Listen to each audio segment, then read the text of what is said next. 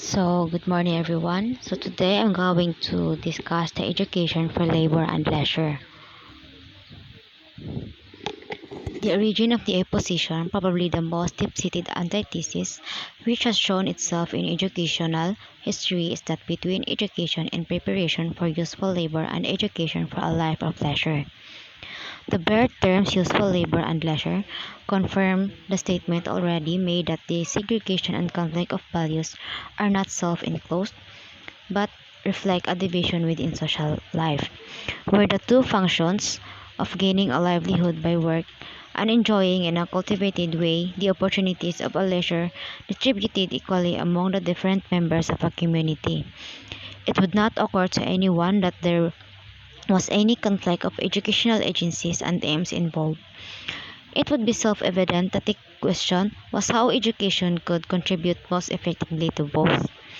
And while it might be found that some materials of instructions chiefly accomplish one result and other subject matter the other, it would be evident that care must be taken to secure as much overlapping as conditions permit, and that is, the education which had leisure more directly in view should indirectly reinforce as much as possible the efficiency and the enjoyment of work, while that aiming at the latter should produce habits of emotions and intellect which would procure a worthy cultivation of leisure.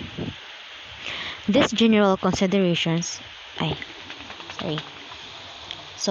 It discusses a long-standing conflict in education between learning for practical work and learning for leisure and intellectual enjoyment. Dewey explains that this opposition comes from social divisions where some people are trained mainly for labor while others are prepared for cultured leisure. He argues that if society shared work and leisure equally, education would not separate these goals but would support both. Education should help people become productive workers while also developing their ability to enjoy meaningful and thoughtful leisure.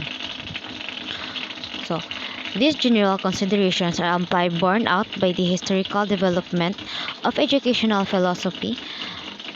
The separations of liberal education from professional and industrial education goes back to the time of the Greeks and was formulated expressly on the basis of a division of classes into those who had to labor for a living and those who were relieved from this necessity. The conception that liberal education adapted to men in the latter class is intrinsically higher than the servile training given to the latter class reflected the fact that one class was free and the other servile in its social status. The latter class labored not only for its own subsistence, but also for the means which enabled the superior class to live without personally engaging in occupations taking almost all the time and not of a nature to engage or reward intelligence. That a certain amount of labor must be engaged in goes without saying. Human beings have to live and it requires work to supply the resources of life. Even if we insist that the interests connected with getting a living are only material and hence intrinsically lower than those connected with enjoyment of time released from labor. And even if it were admitted that there is something engrossing and insubordinate in material interest which leads them to strive to usurp the place belonging to the higher ideal interest. This would not, barring the fact of socially divided classes, lead to neglect of the kind of education which trains men for the useful pursuits. It would rather lead to scrupulous care for them, so that men were trained to be efficient in them and yet keep them in their place. Education would see to it that we avoided the evil results which flow from their being allowed to flourish in obscure purlieus of neglect. Only when a division of this interest coincides with a division of an inferior and a superior social class will preparation for useful work be looked down upon with contempt as an unworthy thing, a fact which prepares one for the conclusions that the rigid identification of work with material interest and leisure with ideal interest is itself a social product.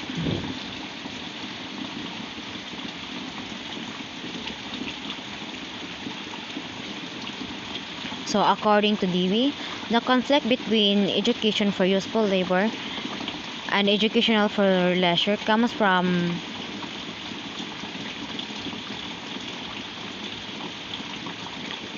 mali. Sorry.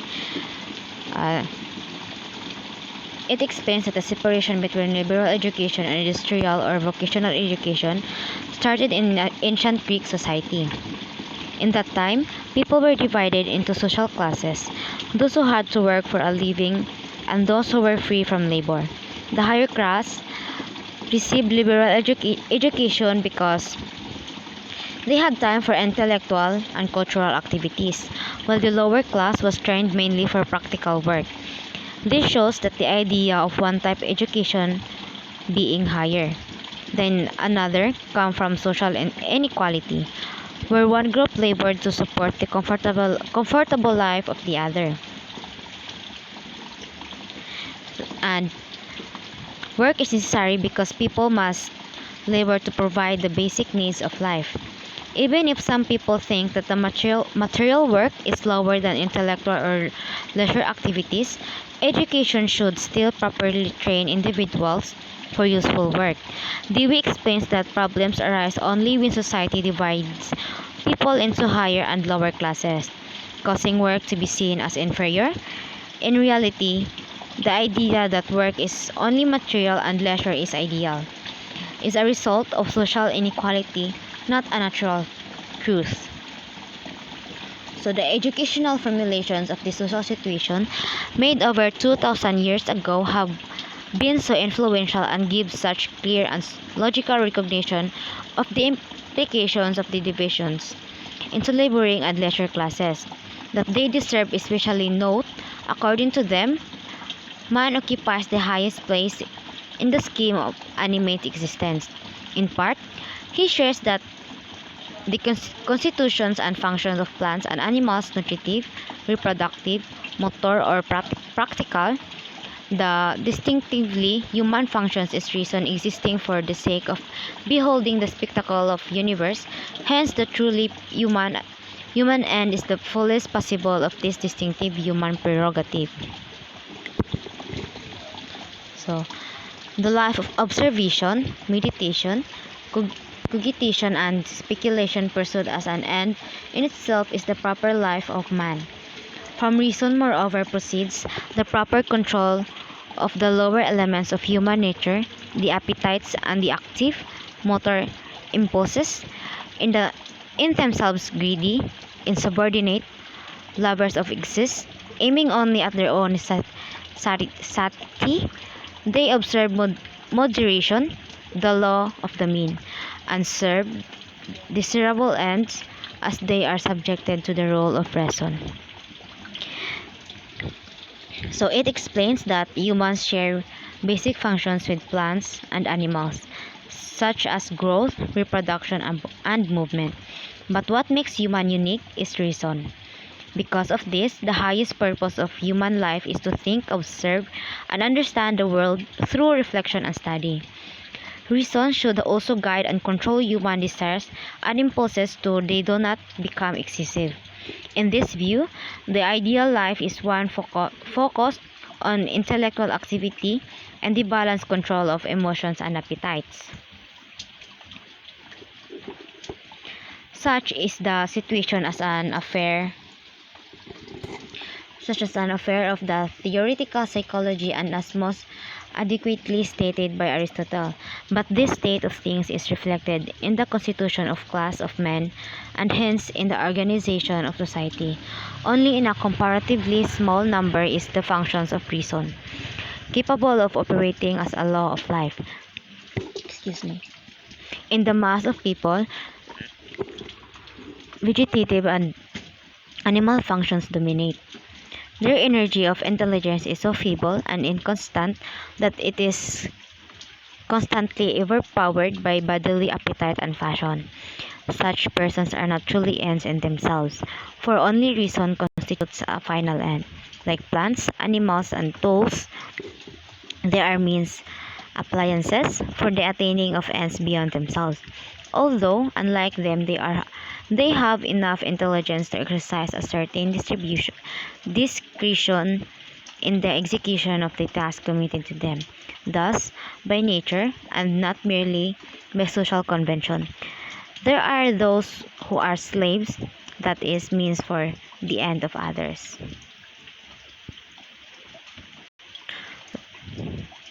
The great body of artisans are in one important respects worse off than even slaves. Like the latter, they are given up to the service of ends external to themselves. But since they do not enjoy the intimate associations with the free superior class experienced by domestic slaves, they remain on a lower plane of excellence. Moreover, women are classed with slaves and craftsmen as factors among the animate instrumentalities of production and reproduction of the means for a free or rational life. So, he believed that only a small number of people were capable of living life guided mainly by reason, while most people were dominated by basic needs and desires. Because of this belief, society was divided into classes where slaves, artisans, and even women were seen as instruments that served the needs of the higher class. These groups worked to support the free citizens who had time for intellectual and philosophical life.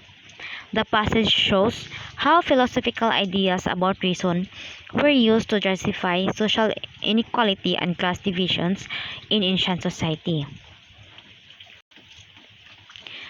Individually and collectively, there is a gulf between merely living and living worthily.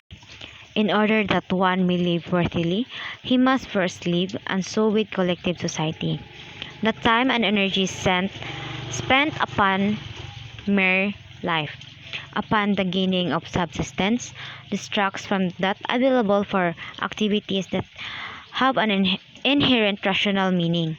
They have also unfit for the latter, means are menial, the serviceable or servile. The service. The true life is possible only in the degree in which the physical necessities are had without effort and without attention.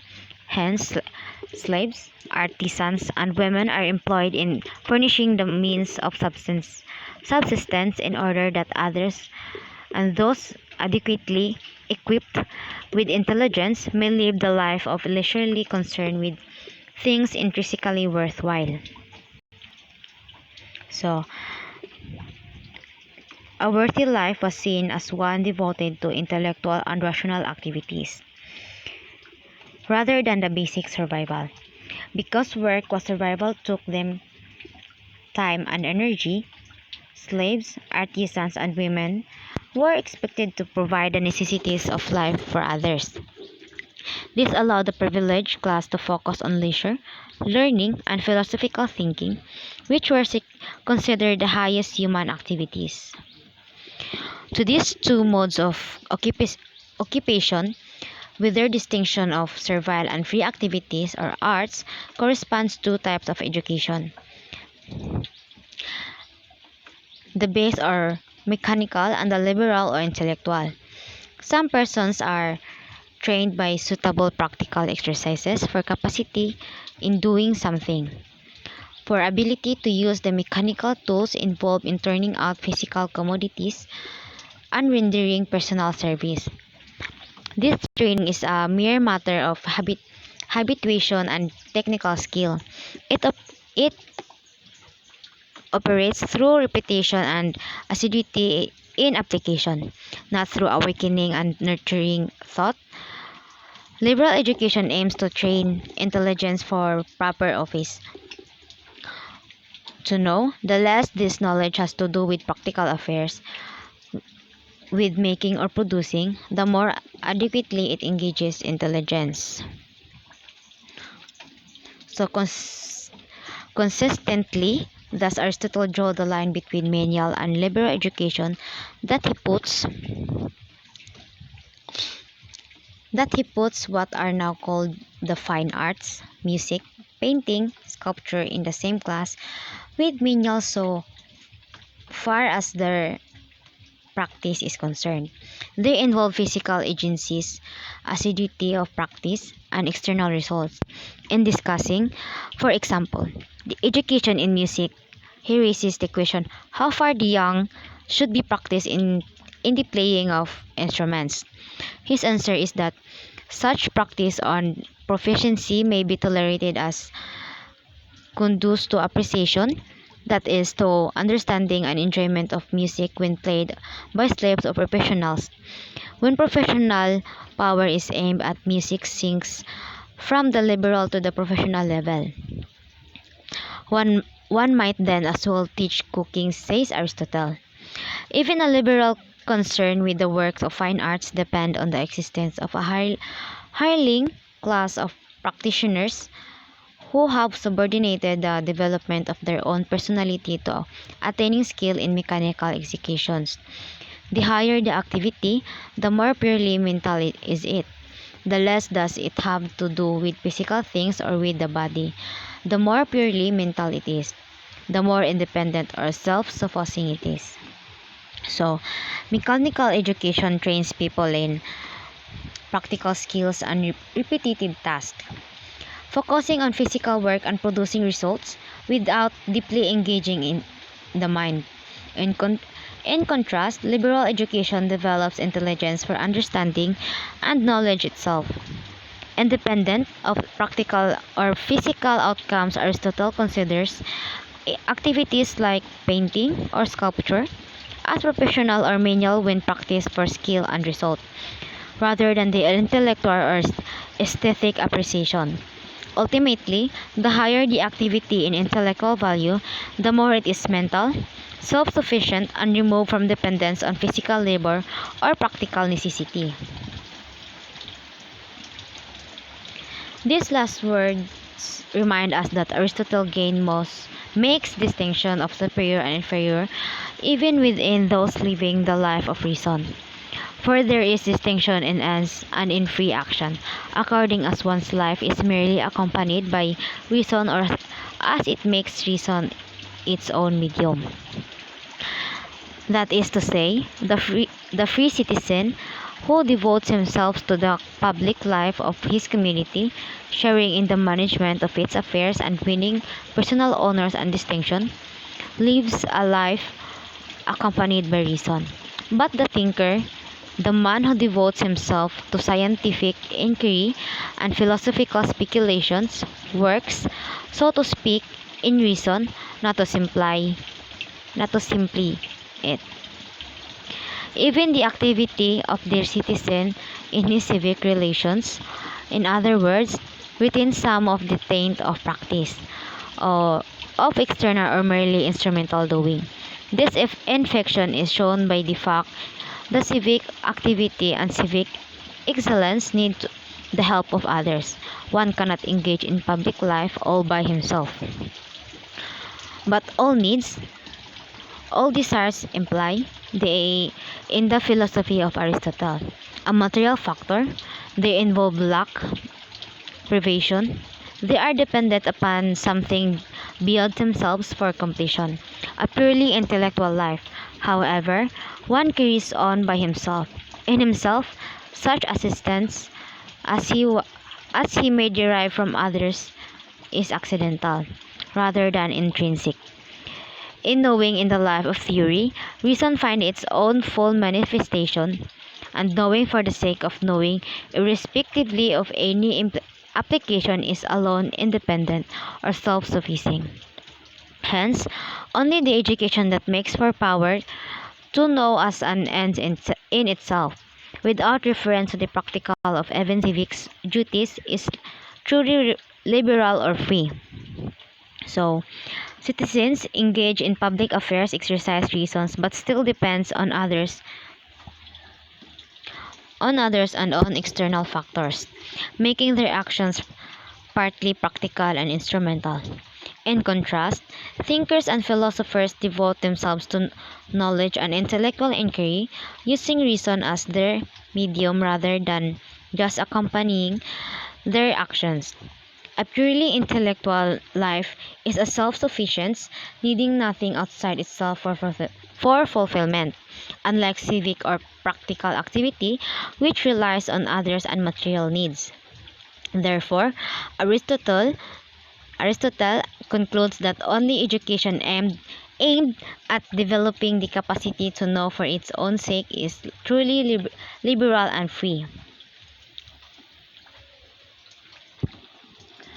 So, if the Aristotelian conception represented just Aristotle's personal view, it would be more or less interesting historical curiosity. It could be dismissed as an illustration of the lack of sympathy or the amount of academic pedantry which may coexist with extraordinary intellectual gift. But Aristotle simply described without confusion and without the insincerity always attendant upon mental confusion, the life that was before him. The actual social situation has greatly changed since his day, there is no need to say. But in spite of these changes, in spite of the abolition of legal serfdom and the spread of democracy with the extension of science and general education, like in books, newspapers, travel, and general intercourse, as well as in schools, there remains enough of cleavage of society into learned and the unlearned class.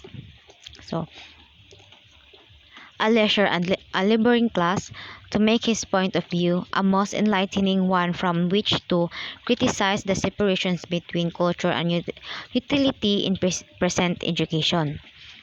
Behind the intellectual abstract distinction as it figures the pedagogical discussions, there looms a social distinctions between those whose pursuits involve a minimum of self-directive thought and aesthetic appreciation, and those who are concerned more directly with things of the intelligence and with the control of the activities of others.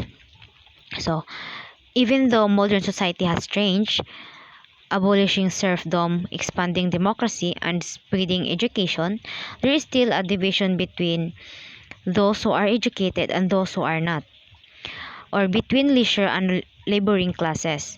This social divide mirrors Aristotle's distinctions between intellectual pursuits and practical work. The passage suggests that contemporary education still reflects these separations between culture, like learning, thought, and aesthetic appreciation, and utility, like practical skills and labor. Excuse me. Understanding Aristotle's view helps us critically examine how education today continues to separate intellectual development from practical usefulness. So, Aristotle was certainly permanently right when he said that any occupation or art or study deserves to be called mechanical if it renders the body or soul or intellect of free persons unfit for the exercise and practice of excellence. The force of the statement is almost infinitely increased when we hold, as we nominally do at present, that all persons, instead of comparatively few, are free. For when the mass of men and all women were regarded as unfree by the very nature of their bodies and minds, there was neither intellectual confusion nor moral hypocrisy in giving them only the training which fitted them for mechanical skills, respectively of its ulterior effect upon their capacity to share in a worthy life. He was permanently right also when he went to say that all mercenary employments as well as those which degrade the conditions of the body are mechanical, since they deprive the intellect of leisure and dignity. Permanently right that is, if gainful pursuits as matter of fact deprive the intellect of the conditions of its exercise, and so if it is dignity.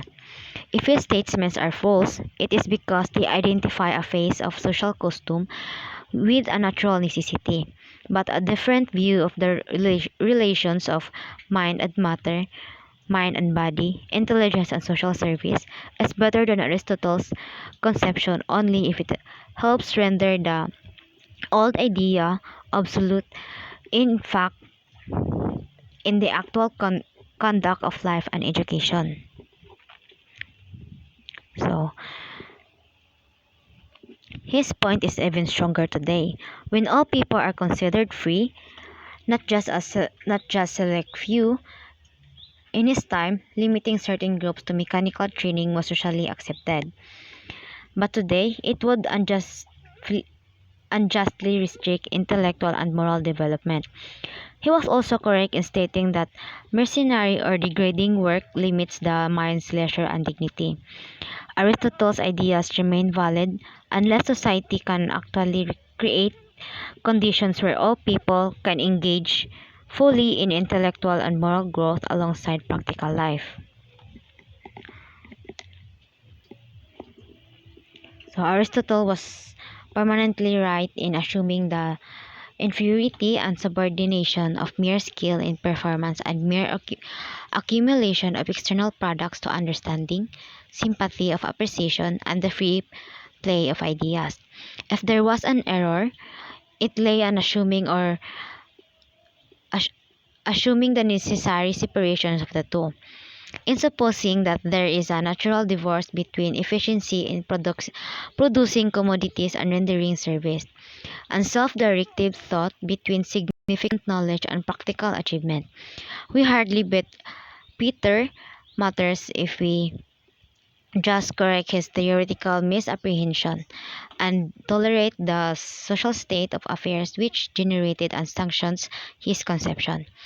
We lose rather than gain in exchange from serfdom to free citizenship if the most prized results of the change is simply an increase in the mechanical efficiency of the human tools of production. So we lose rather than gain in coming to think of intelligence as an organ of control of nature through action. If you are content that an An, an, unintelligent and free state persists in those who engage directly in turning nature to use, and leave the intelligence which controls to be the exclusive positions of remote scientists and captains of industry. We are in a position honestly to criticize the divisions of life into separate functions and of society into separate classes only so far as we are free from responsibility for perpetuating the educational practice which trained the many for pursuits involving mere skill in production, and few for a knowledge that is an ornament and a cultural embellishment. In short, ability to transcend the Greek philosophy of life and education is not secured by a mere shifting about the theoretical symbols meaning free, rational, and worthy.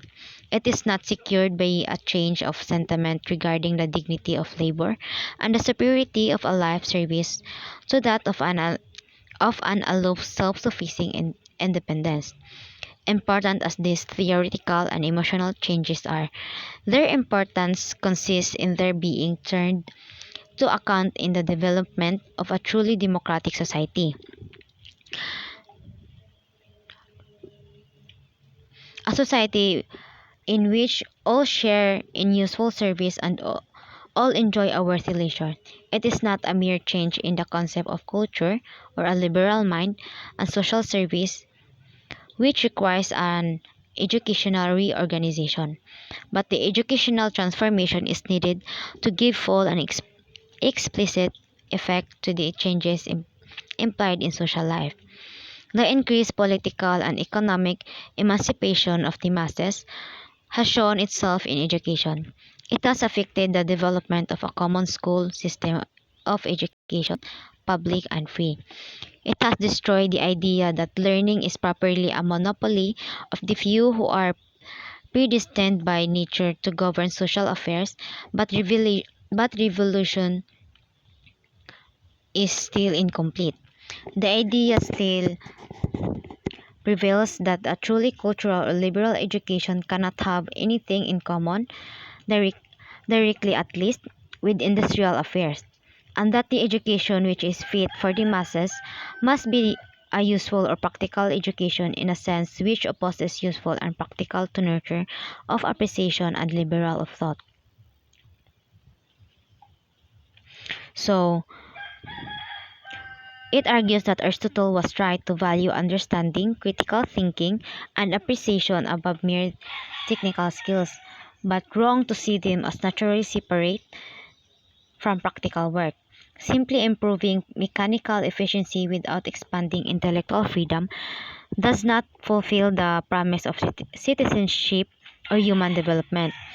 True progress requires that intelligence and practical ability coexist, so that everyone can both contribute to society and engage in meaningful thought. Educational reform is necessary to ensure of all can share in useful work while also accessing a liberal, cultural education rather than reserving intellectual growth for privileged few. Although public education has expanded access, the lingering belief that practical and liberal education must remain separate shows that Aristotle's old divisions still influence how society thinks about learning today.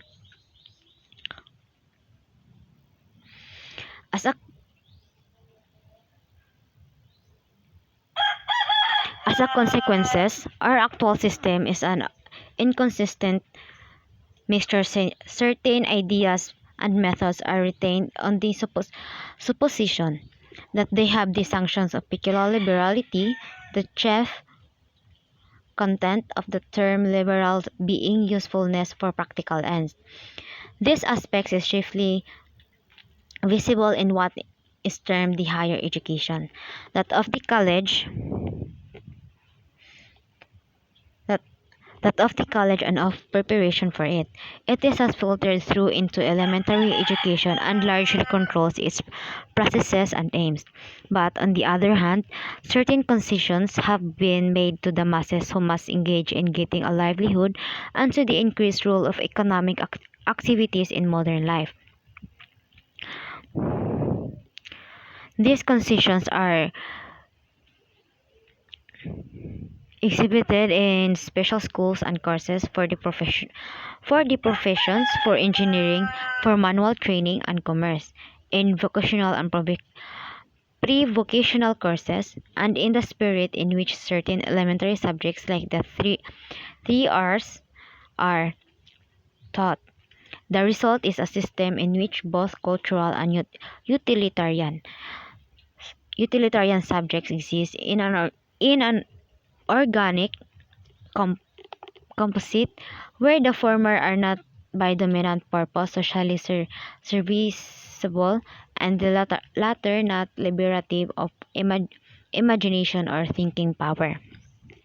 So,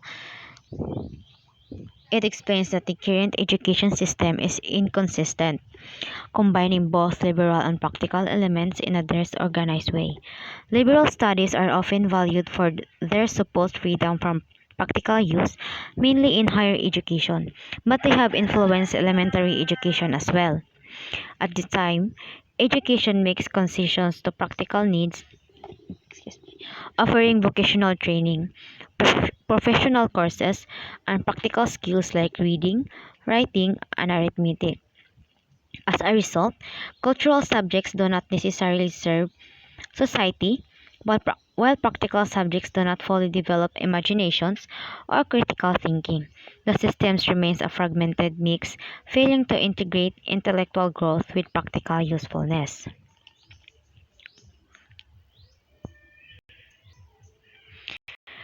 In the inherited situation, there is a curious intermingling in even the same study of concession to usefulness and a survival of traits once exclusively attributed to preparation for leisure. The utility element is found in the motives assigned for this study, the liberal element methods of teaching. The outcome of the mixture is perhaps less satisfactory than if either principle were adhered to in its purity.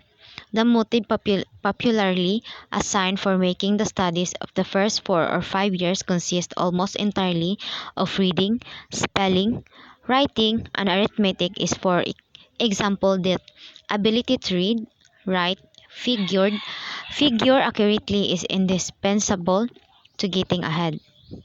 So, these studies are treated as mere instruments of entering upon a gainful employment or of later progress in the pursuit of learning, according as pupils do not or do remain in schools. This attitude is reflected in the emphasis put upon drill and practice for the sake of gaining automatic skill. If we turn to Greek schooling, we find that from the earliest years, the acquisitions of skill was subordinated as much as possible to acquisitions of literary content possess of aesthetic and moral significance, not getting a tool for subsequent use for present subject matter was the emphasized thing. Nevertheless, the isolation of these studies from practical application, their reduction to purely symbolic devices, represents a survival of the idea of a liberal training divorced from utility. A thorough adoption of the idea of utility would have led to instruction which tied up to ideas to situations in which they were directly needed and they were rendered immediately and not remotely helpful. It would be hard to find subject in the curriculum within which adhere are not found evil results of a compromise between the two opposed ideas. Natural science is recommended on the ground of its practical utility, but is taught as a special accomplishment and removal from applications. On the other hand, music and literature are theoretically justified in the ground of their cultural value and are then taught with Jeff with Jeff emphasis upon forming technical modes of skill. So it explains that many subjects in the education system shows a mix of practical usefulness and traditional liberal aims, often in the same course. Early studies like reading, writing, and arithmetic are justified mainly for their usefulness in getting ahead. So teaching emphasizes drills and automatic skill rather than deeper understanding. So in contrast, Greek education focused on literary content with moral and aesthetic value, prioritizing knowledge itself over practical applications. Modern education often isolates subjects from real life use, keeping liberal studies symbolic and technical while supposedly practical, like science, are taught without real world applications. So the result is a compromise that produces inefficiency and dissatisfaction since neither practical utility nor true intellectual development is fully realized.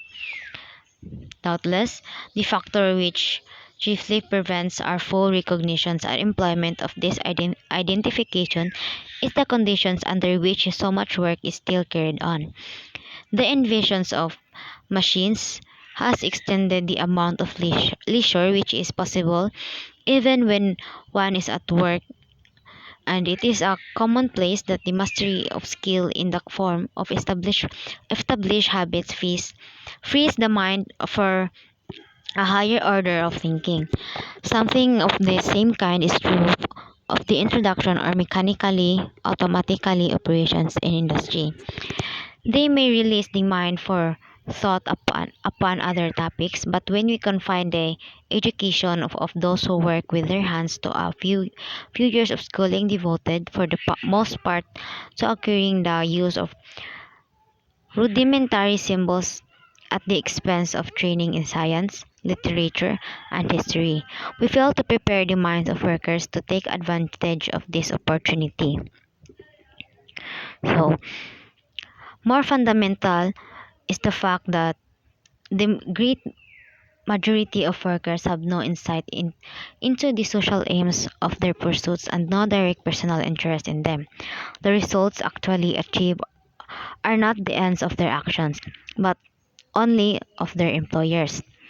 They do what they do, not really and intelligently, but for the sake of the wage earned. It is the fact which makes the actions illiberal and which will make any education designed simply to give skill in such undertakings illiberal and immoral. The activity is not free because not freely participated in. So, it argues the modern work conditions limit the potential for truly liberating education.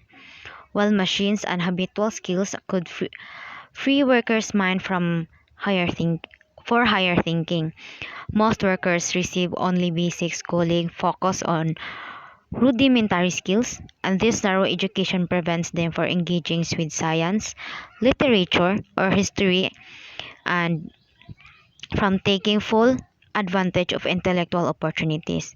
Additionally, workers often lack personal interest or understanding of the social purpose on their labor, performing tasks solely for wages rather than freely or intelligently, because their work is controlled by others and not self-directed.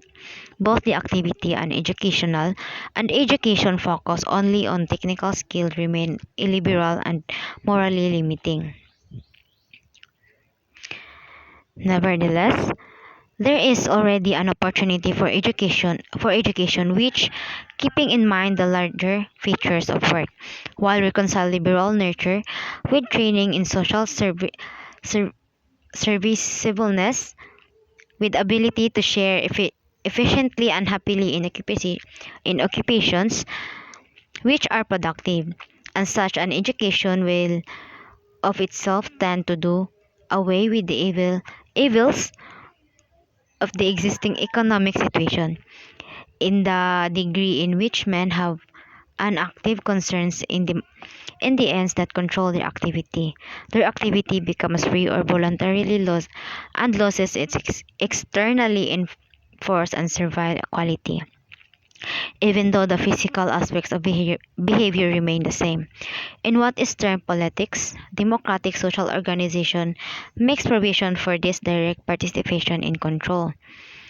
In the economic region, con- control remains external and autocratic, hence the split between inner mental action and outer physical action, of which the traditional distinction between the liberal and utilitarian is the reflex. An education which should unify the disposition of the members of society would do much to unify society itself. So it suggests that education can combine intellectual development with practical training, helping people participate meaningfully in productive work. When individuals have personal stake in the goals of their work, their actions become voluntarily and free, even if the physical tasks remain the same. In politics, democratic systems allow people direct control, but in economics, work is still often controlled externally, creating a split between mental engagement and physical labor.